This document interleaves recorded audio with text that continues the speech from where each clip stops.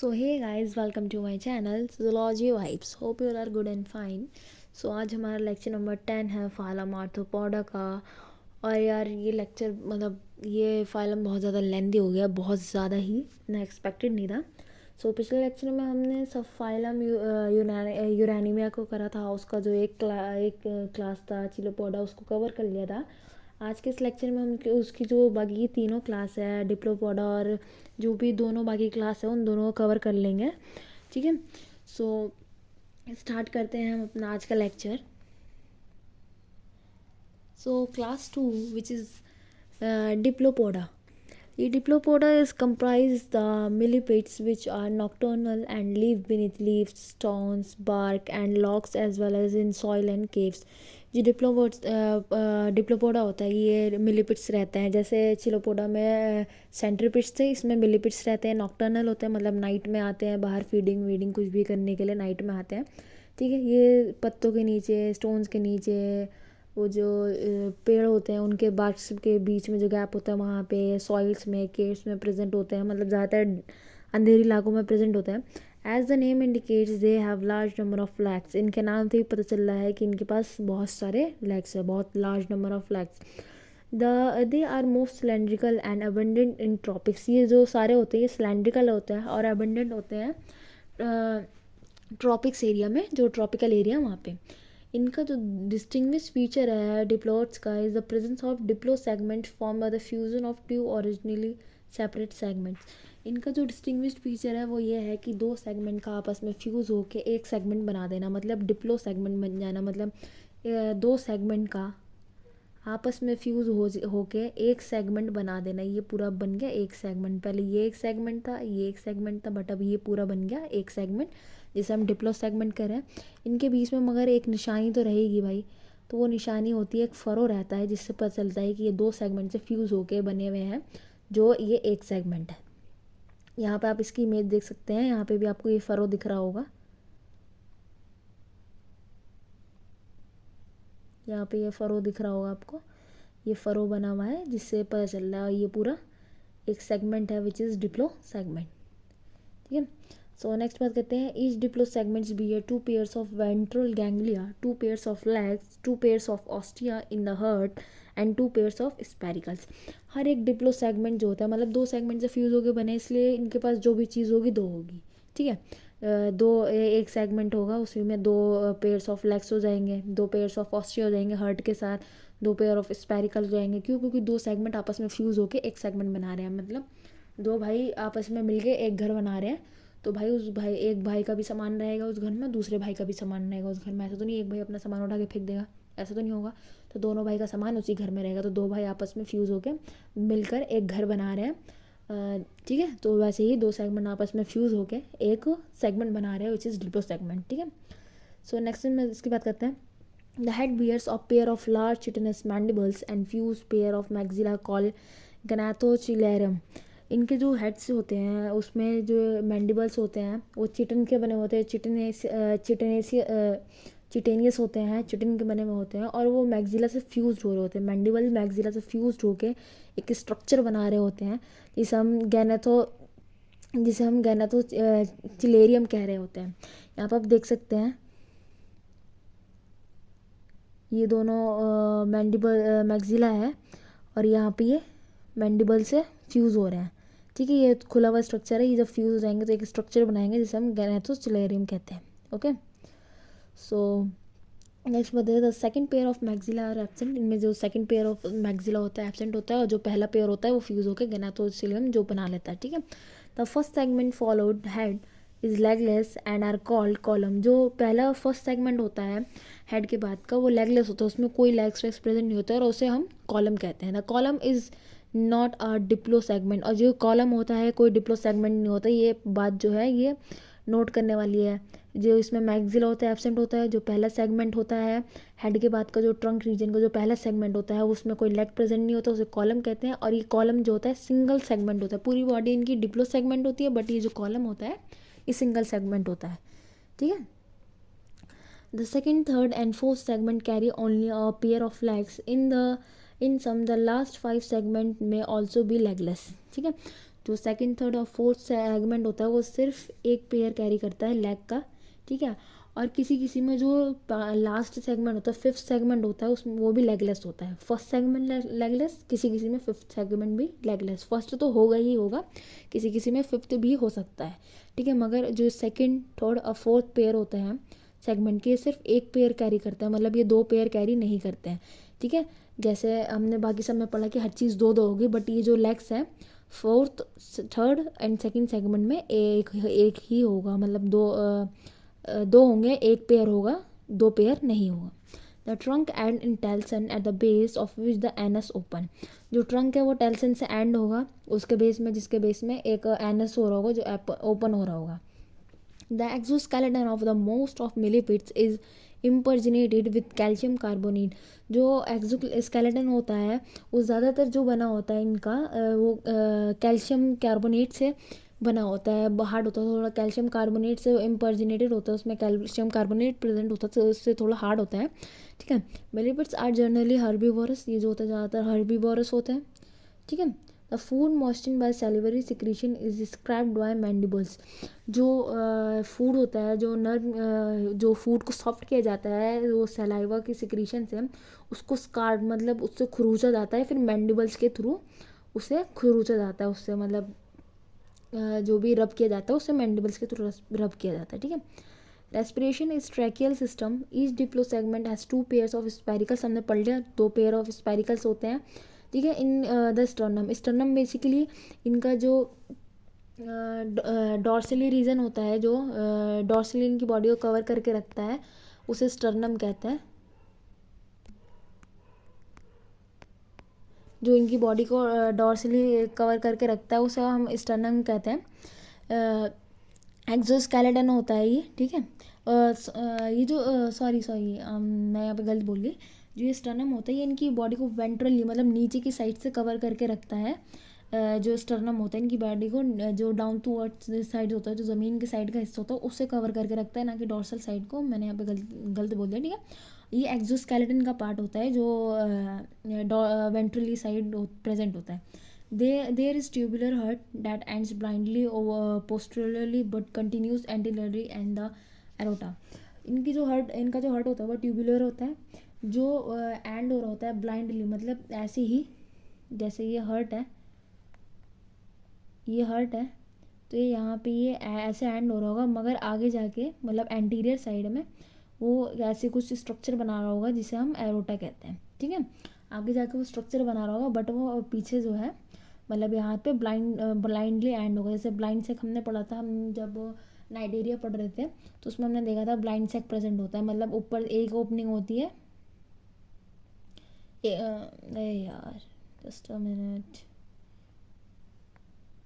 तो हमने पढ़ा था एक ही ओपनिंग होती है अंदर से, जो वो होता है वो एब्सेंट होता है। क्या हो रहा है, ठीक है। सो जो इनका नेक्स्ट जो बात करते हैं, एक्रीशन जो होता है इनका वो मालफिजियन ट्यूब्यूल्स के थ्रू होता है। Eyes are generally absent but some forms have ocelli with very number. ये जो आइज इनमें एब्सेंट होती है, ओसिलाई प्रेजेंट होते हैं। जैसे मैंने पिछले लेक्चर में बताया था, जो हमने चिलोपोड्स करा था उसमें मैंने बताया था ओसिलाइज का जो नंबर होता है वो वेरी करता है। जैसे इसमें 2 to 80 नंबर है, मतलब कितने सारे ऑप्शन हैं कि इनमें कितनी सारी ओसिलाई प्रेजेंट हो सकती है।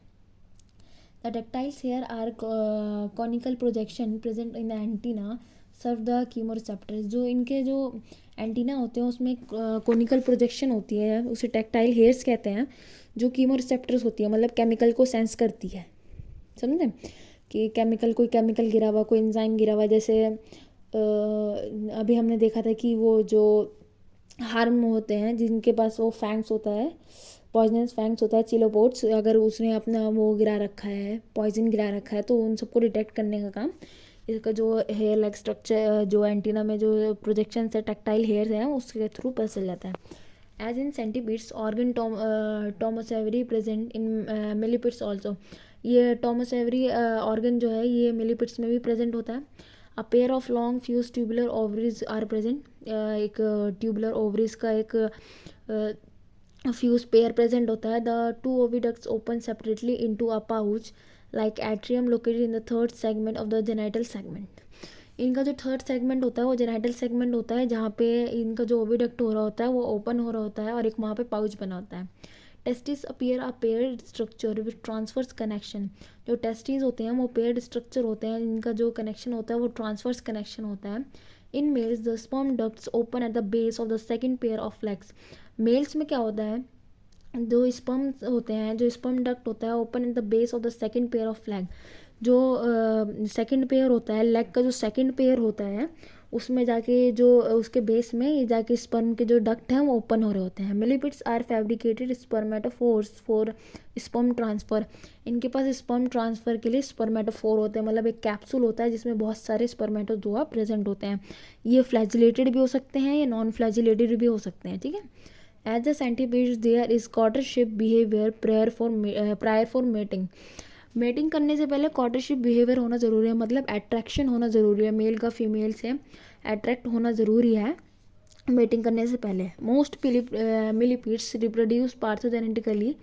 ज़्यादातर जो मेलीपीड्स होते हैं वो पार्थोजेनेटिकली रिप्रोड्यूस कर लेते हैं, मतलब एसेक्सुअली रिप्रोड्यूस कर लेते हैं। वो अपना गैमेट खुद ही माइटोटिक डिवीज़न करके खुद ही वो कर लेते हैं, एसेक्सुअली बना लेते हैं, जैसे बीज कर लेती हैं। सिमिलरली ये भी माइटोटिक डिवीज़न के थ्रू अपने गैमेट को माइटोटिकली डिवाइड करके गैमेट वैमेट जो भी बनाना होता है बना लेते हैं। डेवलपमेंट जो होती है इनमें एनामॉर्फिक होती है। एनामॉर्फिक मतलब कि जो कुछ ही सेगमेंट से जो एग से जो एग हो अच्छे होने के बाद जो यंग वंस निकलता है वो उसके पास कुछ ही सेगमेंट्स होते हैं, ज़्यादा सेगमेंट प्रेजेंट नहीं होते हैं। बाकी सारे जो सेगमेंट हैं वो माउल्टिंग के थ्रू आ जाते हैं। The egg which has after several week produce young ones with only 3 pairs of leg and 7 segment. जो इनमें एग निकलता है उनके पास सिर्फ 3 पेयर्स ऑफ लेग होते हैं और 7 सेगमेंट होते हैं। कितने लेग होते हैं, लेग होते हैं जो 3 पेयर्स होते हैं और सेगमेंट 7 होते हैं। Additional leg and segments are added with each moulting. जो एडिशनल जो बाद में जो भी लेग और जो सेगमेंट होते हैं वो माउल्टिंग के बाद माउल्टिंग के थ्रू ऐड होते जाते हैं। इनका जो एग्जांपल है गोलिमेरिस एंड स्फेरोथेरियम, ये इनका एग्जांपल है। आप इनकी इमेज देख सकते हैं आप। ओके, सो जो हमारी अगली क्लास है विच इज़ पाउरोपोडा। सो अब इसके बारे में पढ़ते हैं हम। ये जो होते हैं स्मॉल यूनिरेमस होते हैं। इसके अंदर मोस्ट मैक्सिमम 500 स्पीशीज़ होती हैं इनकी, जो अभी तक डिस्क्राइब हो चुकी हैं। बहुत छोटे होते हैं, बहुत माइन्यूट होते हैं ये। 1.5 मिलीमीटर जो इनकी होती है लेंथ जाती है। जो होते हैं ये सॉइल में या लीवर माउल्स में पाए जाते हैं। इनकी बॉडी जो होती है, टोटल बॉडी में 11 सेगमेंट्स होते हैं, जिनके पास 9 जिनमें 9 पेयर्स जो होते हैं उनके पास लेग्स प्रेजेंट होता है। बाकी के जो पेयर्स होते हैं 3 पेयर्स उनके पास लेग्स प्रेजेंट नहीं होता है। बाकी के 2 पेयर्स के पास लेग प्रेजेंट नहीं होता। टोटल 11 सेगमेंटेड होते हैं। जो पहला सेगमेंट और 11 सेगमेंट होता है, the first and 11 segment are legless. जो पहला और 11 सेगमेंट होता है वो लेगलेस होता है, ठीक है। इनकी जो टर्गल प्लेट्स होती है वो वेरी लार्ज होती है। टर्गल प्लेट्स वो होती है जो डॉर्सली होती है, और स्टर्नम जो होता है वो वेंट्रली होता है। जो जैसे पिछले वीडियो में मुझे कन्फ्यूजन हो गई थी, इसी वजह से हो गई थी, टर्गल और स्टर्नम की वजह से। तो टर्गल जो होती है वो डॉर्सली होती है और स्टर्नम जो होती है वो वेंट्रली कवर कर रही होती है। जो टर्गल प्लेट्स होती है वो वेरी लार्ज होती है, ओपनिंग द एडजेसेंट सेगमेंट। जो आसपास के जितने सेगमेंट है सबको वो कवर कर रही होती है। The collum of pauropods is inconspicuous dorsally but expand ventrally. जो कॉलम होता है, कॉलम जैसे मैंने अभी बता दिया आपको, जो डिप्लोपोडास बता रही थी मैं।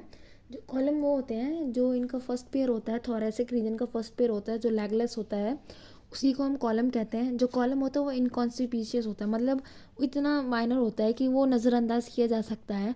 बट वो डॉर्सली साइड से, बट वो एक्सपेंडेड होता है वेंट्रली। मतलब डॉर्सली अगर वो ऐसा है और वो वेंट्रली ऐसा है, कुछ इस टाइप का, मतलब ऐसा है नहीं एग्जैक्ट, मैं बता रही हूँ आपको। अगर डॉर्सली वो ऐसा है कि इग्नोर, मतलब नज़रअंदाज कर सकता है आदमी, उसको देख नहीं सकता, बहुत छोटा होता है।